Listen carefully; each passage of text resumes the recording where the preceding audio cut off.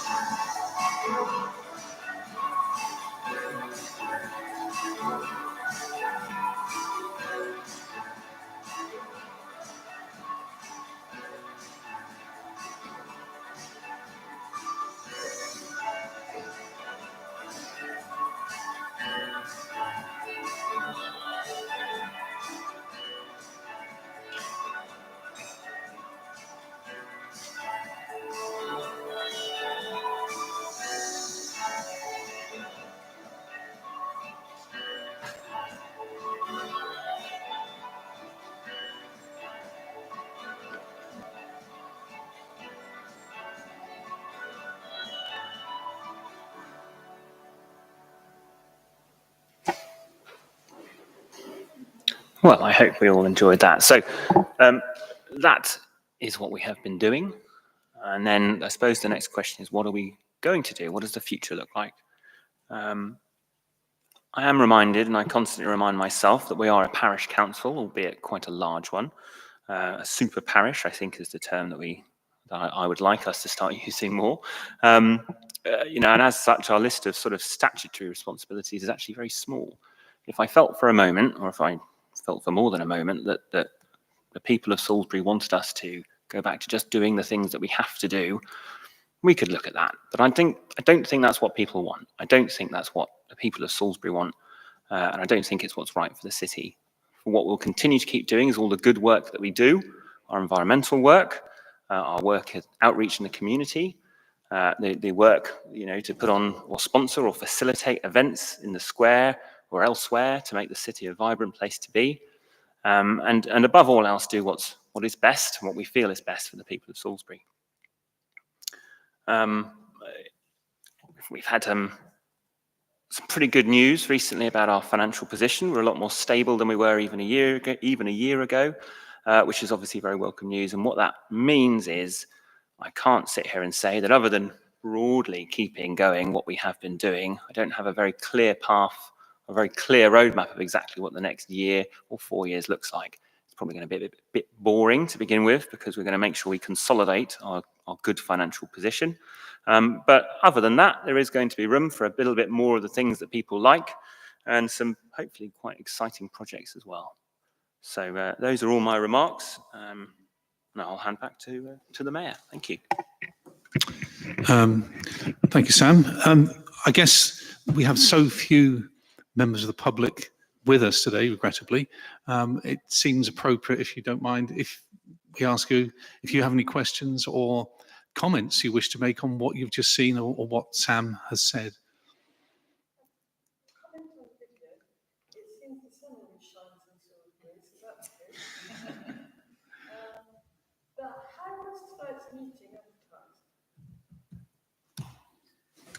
Over to you, Andy. Yes, so it was put out through our social medias and on our billboards across our council departments, so outside the Guildhall, along with on our website. That's how it's advertised. No, there was no directive to do that. No. I saw the social media post that several people have mentioned I was coming here, but they didn't know it was happening. That's certainly something I can put forward to the CEO when he's back and look into actually advertising. Yeah, I think it's fair to say, having been a councillor for 4 years, in my time, there's been a strong commitment from all councillors to want to engage more with the public and residents. They tend to do so more in their casework and going about their daily business as a councillor. But when it comes to large-scale consultation, even something such as the neighbourhood plan, which is a significant piece of work, it took an awful lot of time and energy organising several meetings to elicit some sort of substantial comment from the collective residents in the city. It's not easy to engage people in just coming in to discuss something or to hear something about what the plans for the city are. And, I don't want this to sound too negative, but you tend to get more comments from people reacting to things that have happened rather than engaging in helping to decide what goes forward. I guess that's fairly typical, not just of Salisbury, but across the whole political landscape. Complaining about something that's gone wrong is far more, draws more attention in the media than anything else.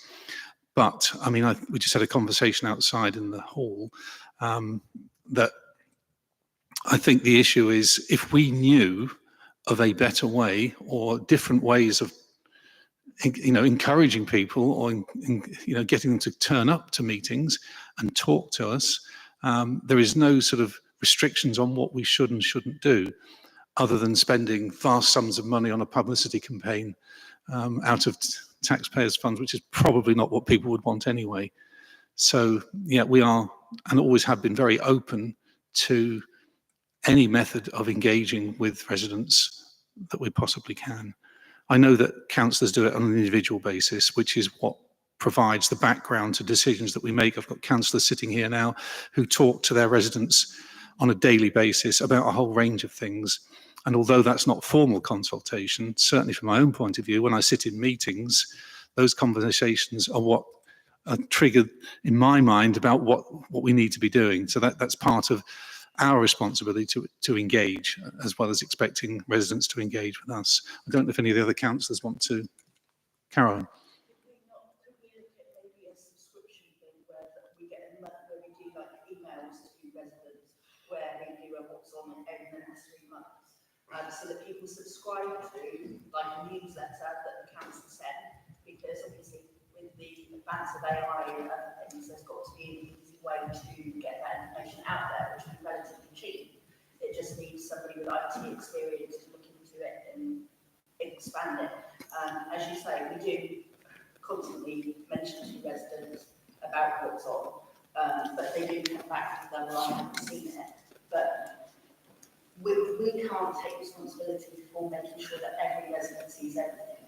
They have to look for it. So therefore, they should be, if they're interested in what goes on in the council, they should have the City Council website so that they can look and actively. If you go to the City Council website and you look in the what's on page, you won't find this meeting.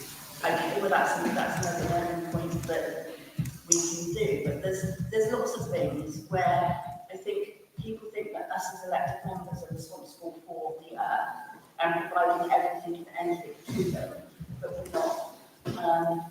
And we shouldn't be expected to provide all of that information. It should be in a localised place. There's a lot of people who are digitally happy.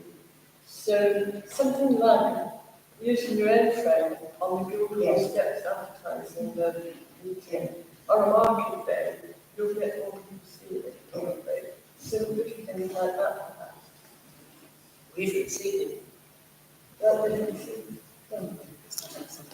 Annie, did you want to come in with something? Yes, I was out with my usual Wednesday morning. I do a long dog walk again on the Wednesday morning, looking around the villages.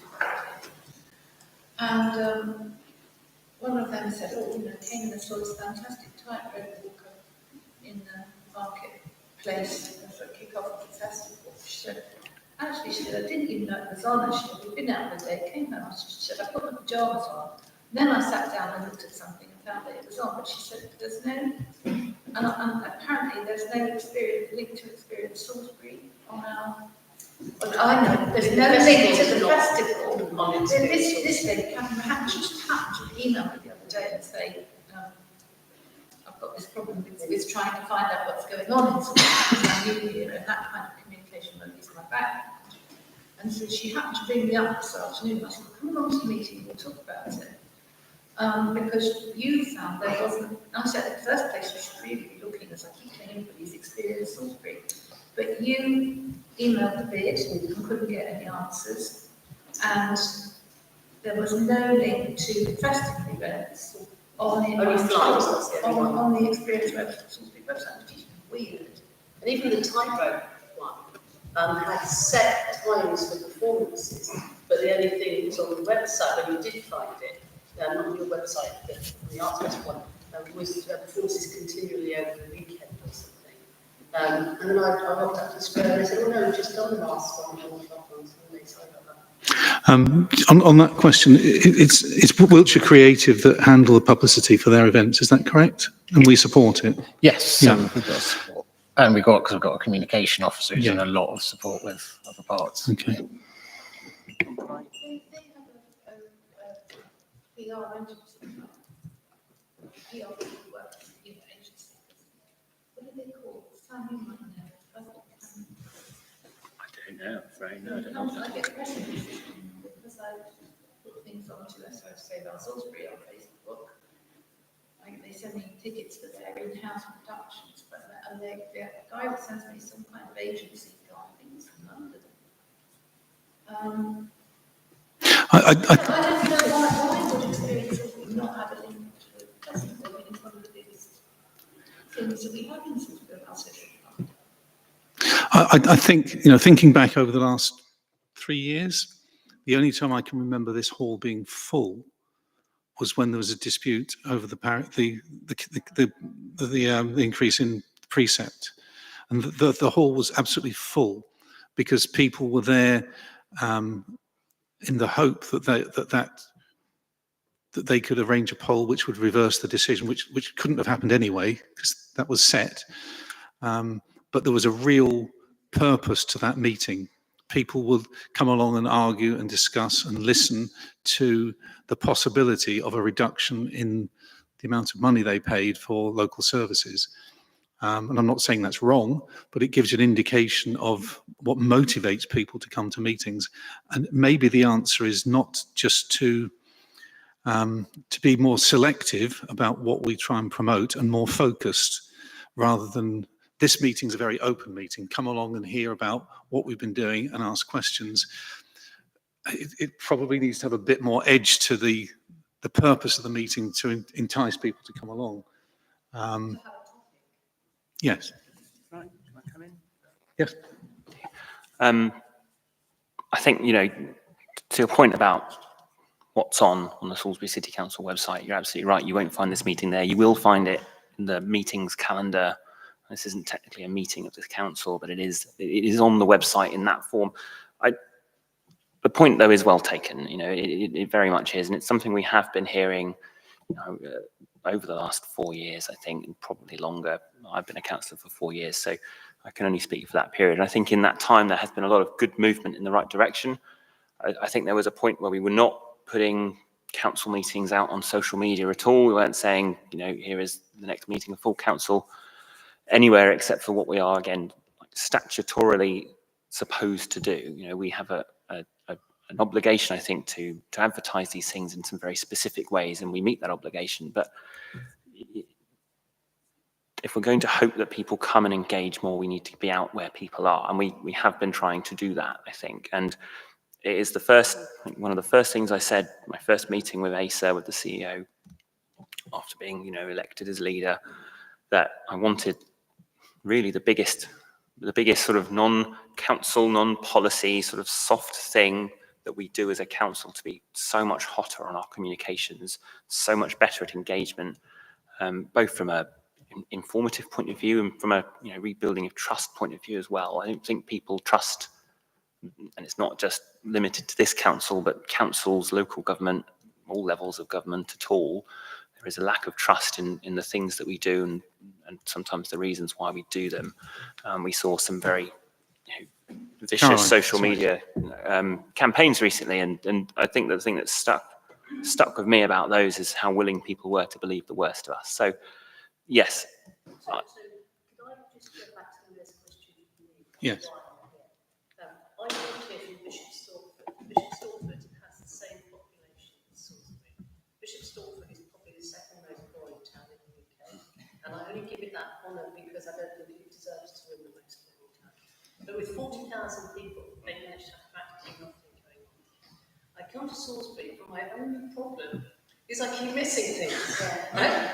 I think this is a fantastic place to live. I'm hugely proud of what you're doing in the town. You mentioned the street scene, people sweep past my front door. This is not something that is done in normal towns. So I do have a vision for Salisbury. And I'm a newcomer, right? So I'm not allowed to, I'm entitled yet to have one. But I believe that communication is something done in two parts. The first you do is you gather together the information, and I think that's the bit that's lacking at the moment. There's no sight. Then you give it to people who know what they're doing to tell people about it. That's a different skill. I personally see there's this huge gap on the agglomeration. If there was a really boring site, and then Oxford have got one called Daily Info, all they do is they just agglomerate everything. And then other people can do things. You don't need to mix it. That would almost be a job. Yeah, for Salisbury. And that is a question. Then you really go and pay for it. She said people ought to be looking for it. I work for a charity called Safe and Supportive Salisbury, and I'm editor of the newsletter. So as my job is Parish Clerk in Netherhampton as well, I get all your press releases. So I hone in on that, put it in our newsletter, things that are happening sort of going into the newsletter. We've got over 300 people on our subscription list, and it goes to things like care homes and organisations who in turn then circulate to their members. So it's got quite a good turnout. But as I say, it's collating it and doing it. So maybe more smaller groups like us need to do this. I'm asking what can be done the following year, but I keep talking to friends of mine who feel the same. I've always said to people, you've got to put your money where your mouth is, or your time where your mouth is. You can't just whinge about things.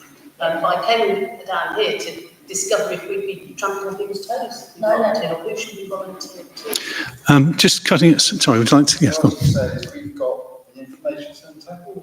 I'm a new councillor, so I literally started the last few weeks. We had a working day last week, and we went around that. Ladies in the information centre. They're fantastic. Absolutely brilliant. You go into them, you say, Brilliant. have you got a list of what's on? They say, yes.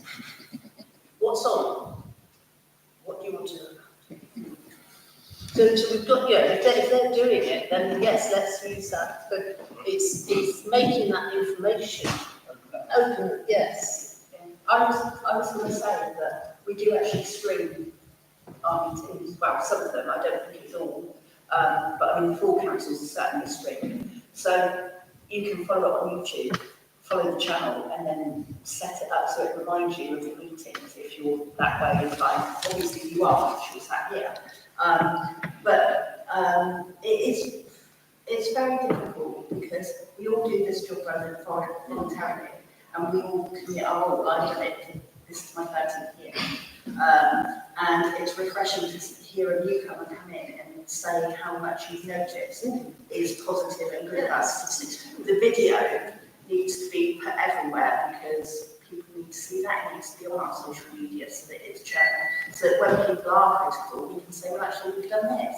I've spent 4 years chairing the community services, and the work that they do is to Shrewsbury's budget is amazing. The outreach that happens, supporting other community groups, but it's that connectivity and each helping each other, and that's the important thing going forward, I think. Annie, can I just ask you a question? You're aware of the People's Assembly? You're aware of that process? An interesting example, which I was invited to through social media to attend, which is at the airfield on Sunday. Now, from what I can see, that group consists of about 100 or so residents who have generated a range of topics which are going to be discussed in groups, and they are going to vote on the 3 most pressing or the most significant aspects of the outcomes of all those discussions. And I've been invited along to attend. They've invited people from all different aspects of this community. That's bringing the sort of information that we would like to be gathering here.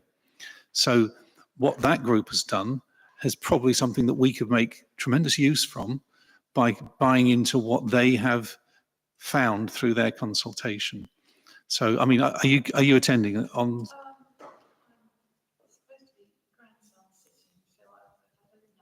Yeah. Okay. But I'm hoping to. I have been to sessions already about a month ago. Yeah. And I found it very interesting and helpful, but to be honest, a lot of it wouldn't really impact on what this council does. Right. It's bigger ideas, things like more social housing and stuff like that, starter housing, which unfortunately we don't seem to be able to influence because of the way that the local government system is set up, which is particularly problematic, as you know. And so those things will be likely, I think, taken into the national reporting back session where they can have a national assembly and if their top ideas to go to government. And I really think that is important. I do think the people that had a chance to go to that have appreciated it. Yeah.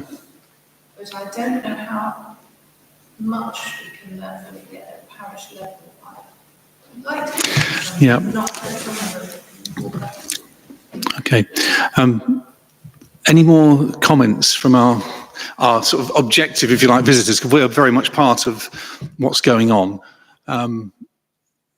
Any comments that you wish to make about what Sam has said, or any concerns or things that you are?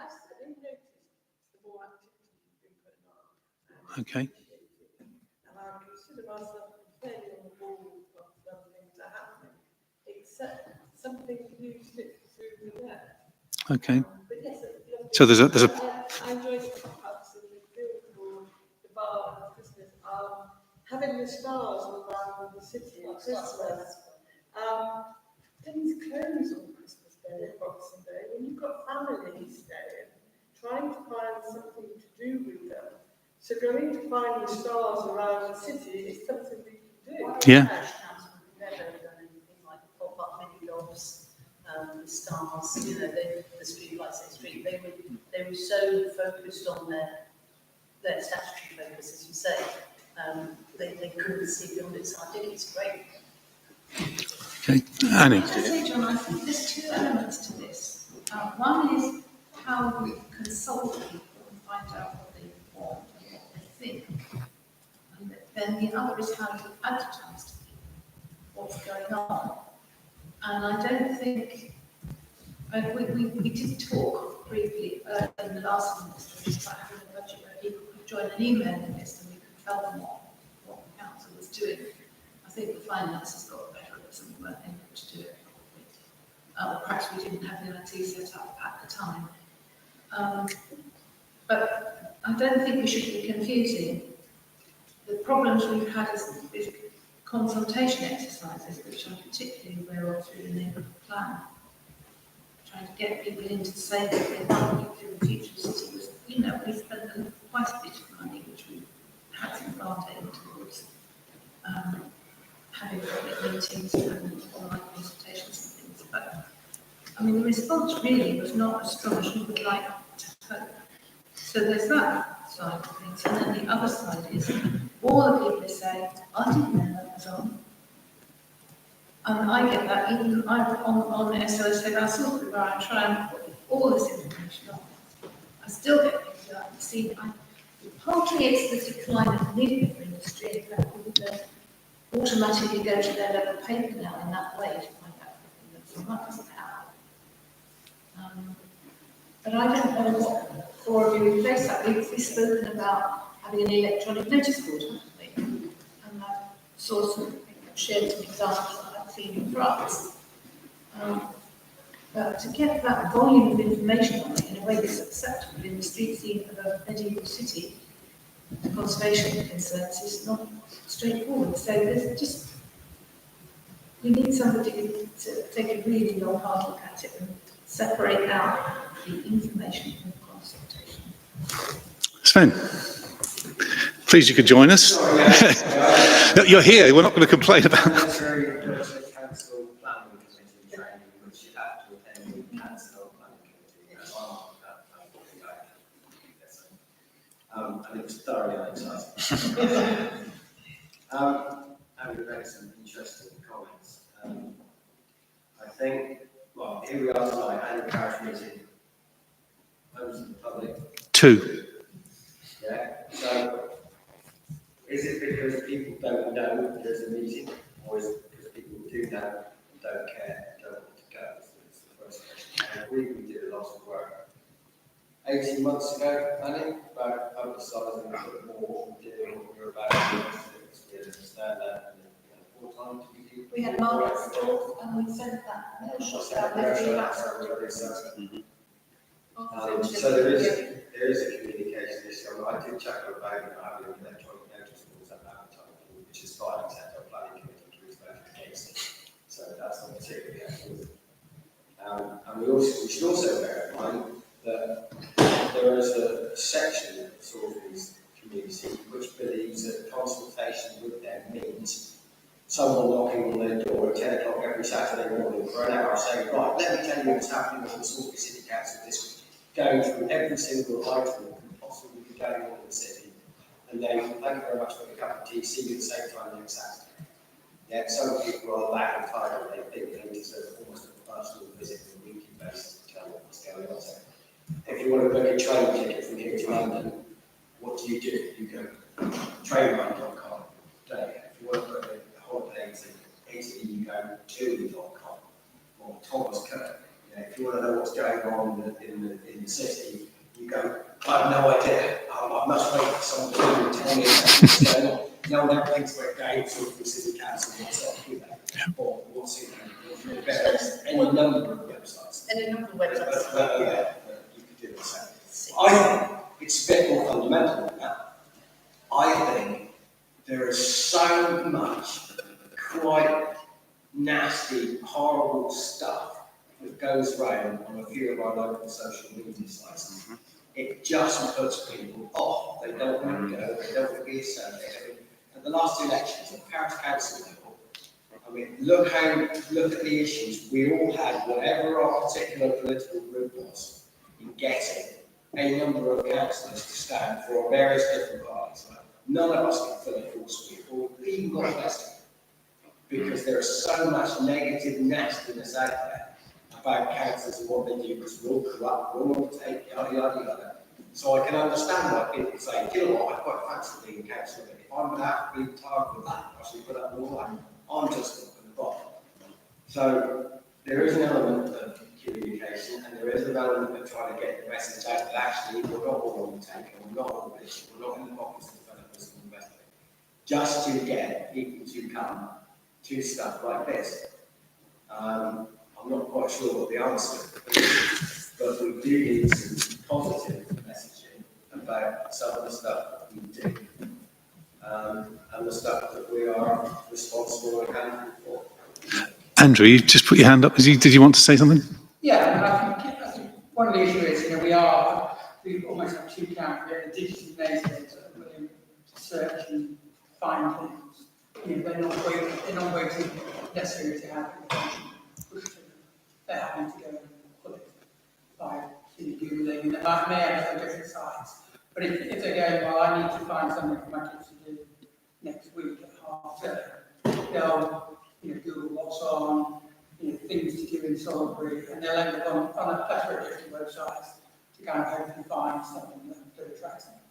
Whereas you've got other people who are still more of a notice state for newspaper, analog work, and there isn't, Scotland Journey doesn't have a massive diary of all the events and things, so you'd probably be too complicated. I think that's one point. The other thing, I think there's a bit of a branding. Now, when somebody says, experience Salisbury, to be honest, I'm in Newcastle as well, but I didn't even know that. I would find that website, I was trying to find out what's going on in Salisbury, but I wouldn't immediately go to experience Salisbury. And equally, I've seen Bush Creative, and I've just looked on Bush Creative, and it's all to do with Salisbury. You can't go, why is it not Salisbury?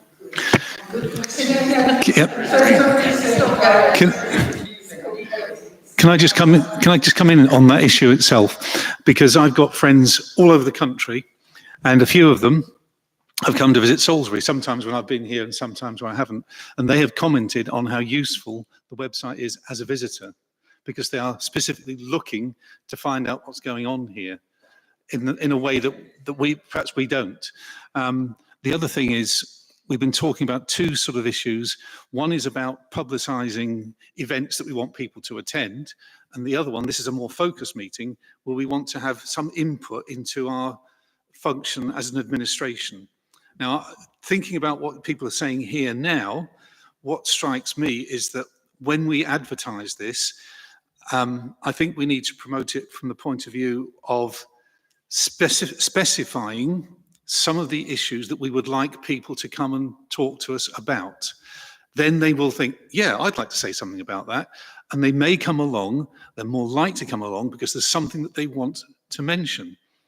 In my ward, having just campaigned for 2 months, I know an awful lot more about how people feel in my ward than I did before, because I knocked on every single door and I spoke to more people.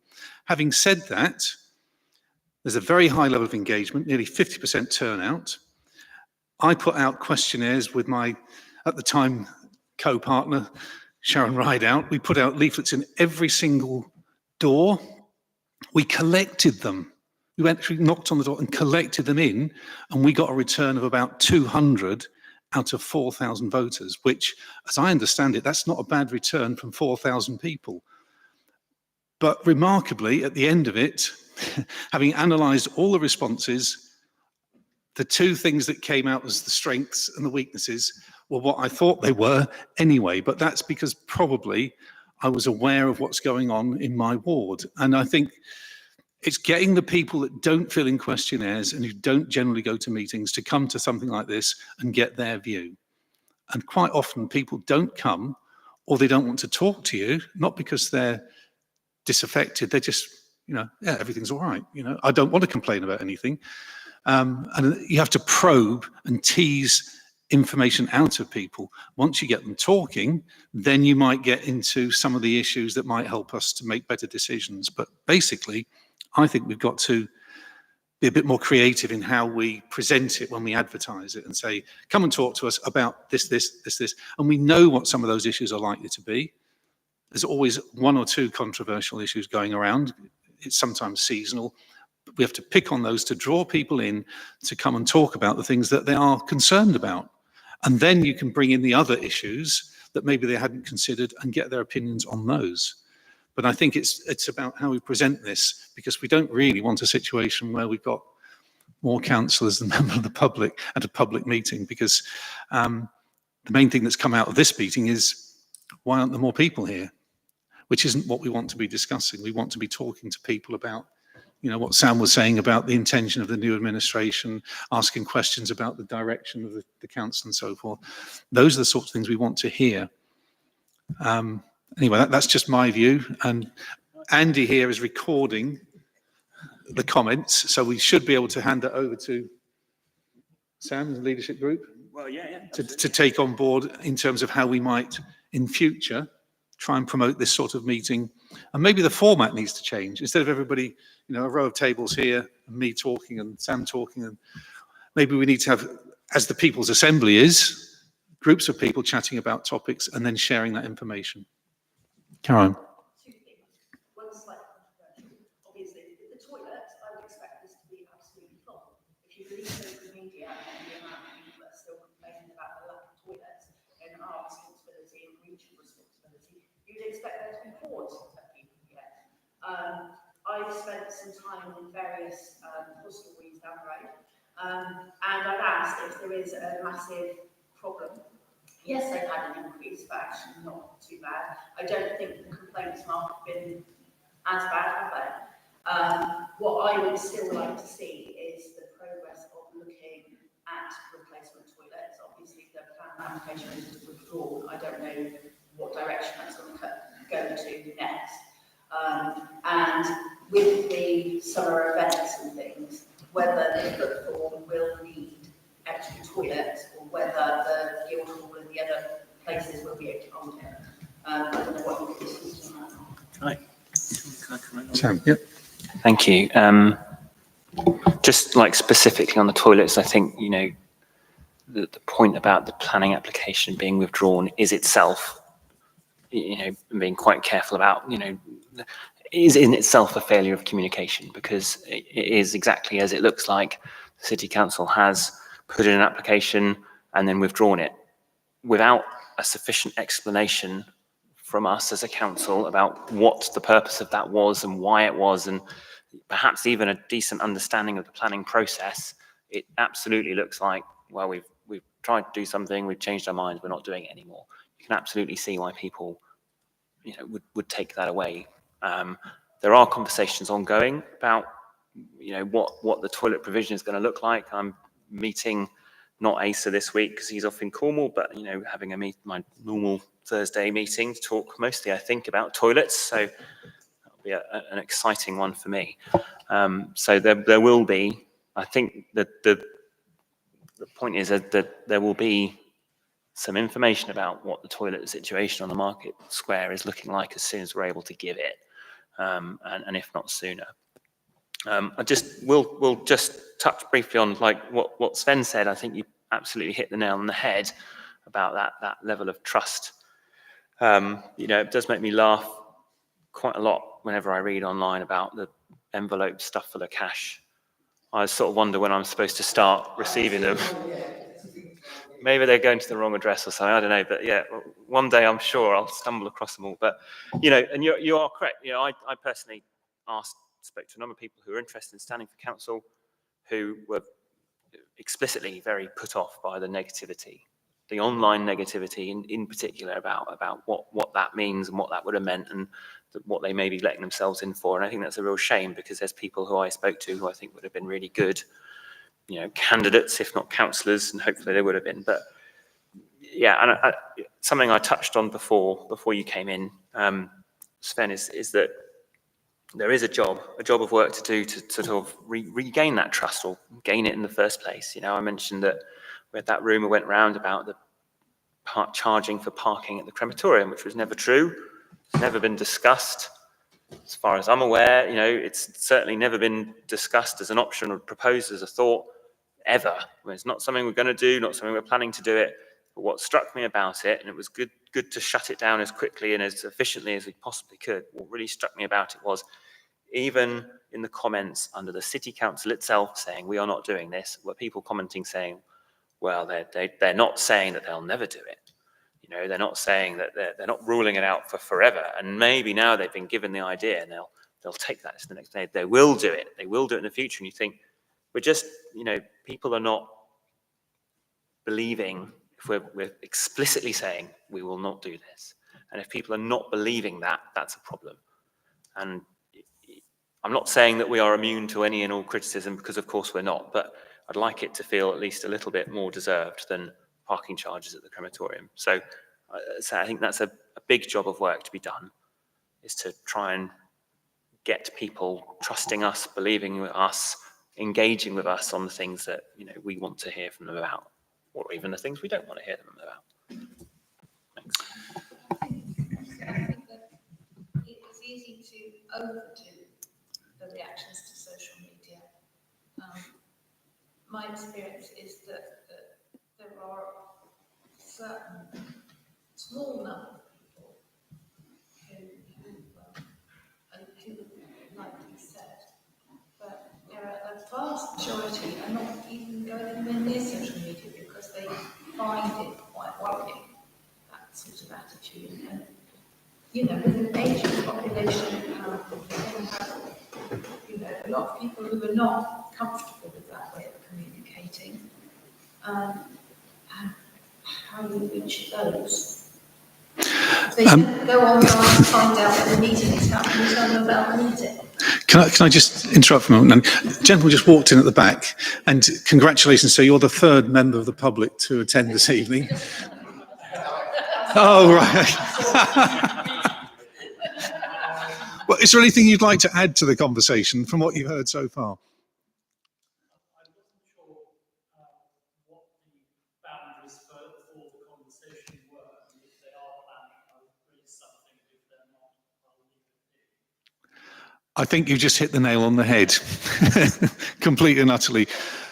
I think we need to make it more explicit about what we are offering here, which opportunities we're offering to people, what we're going to discuss, and if it is things that they wish to bring up, then that needs to be quite clear too. But I think we need to drop in a few topics that we are sure people will want to comment on, and sort of highlight that more in as much as that might attract a bit more attention.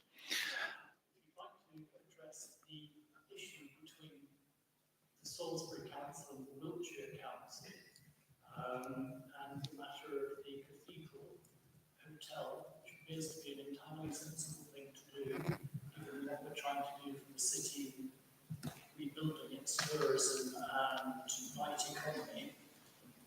And why not? Caroline. As chair of our meeting on a couple of weeks ago, last Tuesday, we actually put forward that we would like that to progress to the next stage. So in Salisbury, there's a 40-foot wall because of the cathedral spire itself. So this application has come back and forwards a few times. My husband was the previous chair of the committee, there's been lots of interest about it from various political groups about whether it's viable and whether it should happen.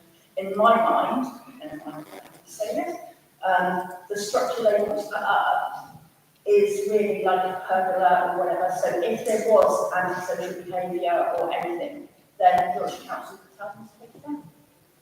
And on their plans that they did put forward, it's actually, the structure is less high than what's there in existence. So hopefully it will go to the next stage of planning. I don't know, Sven's got an opinion on this. I know Attica was very vocal about wanting to support it, as were, there. You were, yeah. So you've got all of us here on this row, the councillors and sat on that. And of course, in case you missed it, you weren't here earlier, you are entitled as a member of the public to attend planning meetings at any time. So feel welcome to do so. I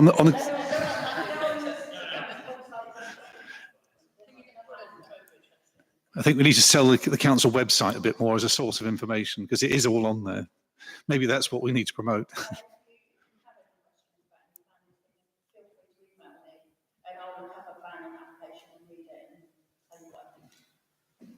And can I ask, do you live in a ward in Salisbury?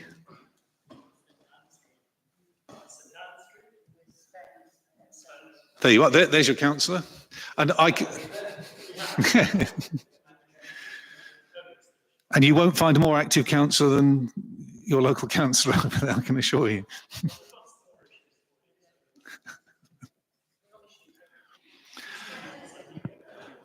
Okay.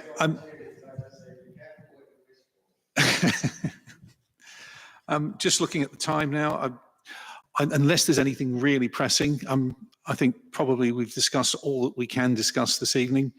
What I will summarise in saying is that Andy's taken notes of the more significant comments we've made, and that my understanding is that those notes will be handed to the leadership, and then any outcomes from those discussions will be shared with the council and inform any future decisions we have about planning meetings, because we haven't had a lot of discussion on other issues.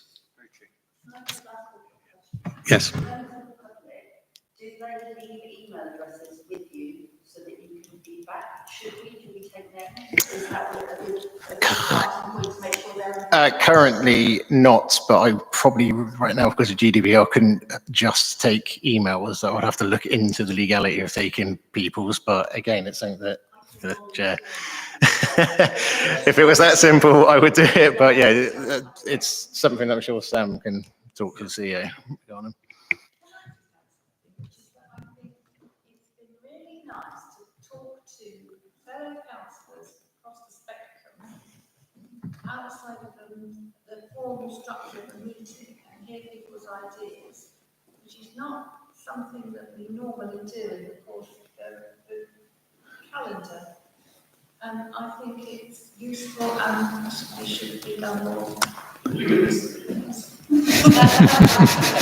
So,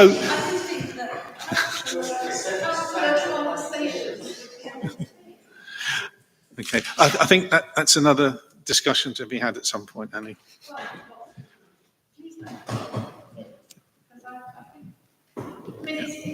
Unless I see space there, a formal meeting where you're talking about, well, I've got my hat, we don't sit down and have a chat about all these things. It's not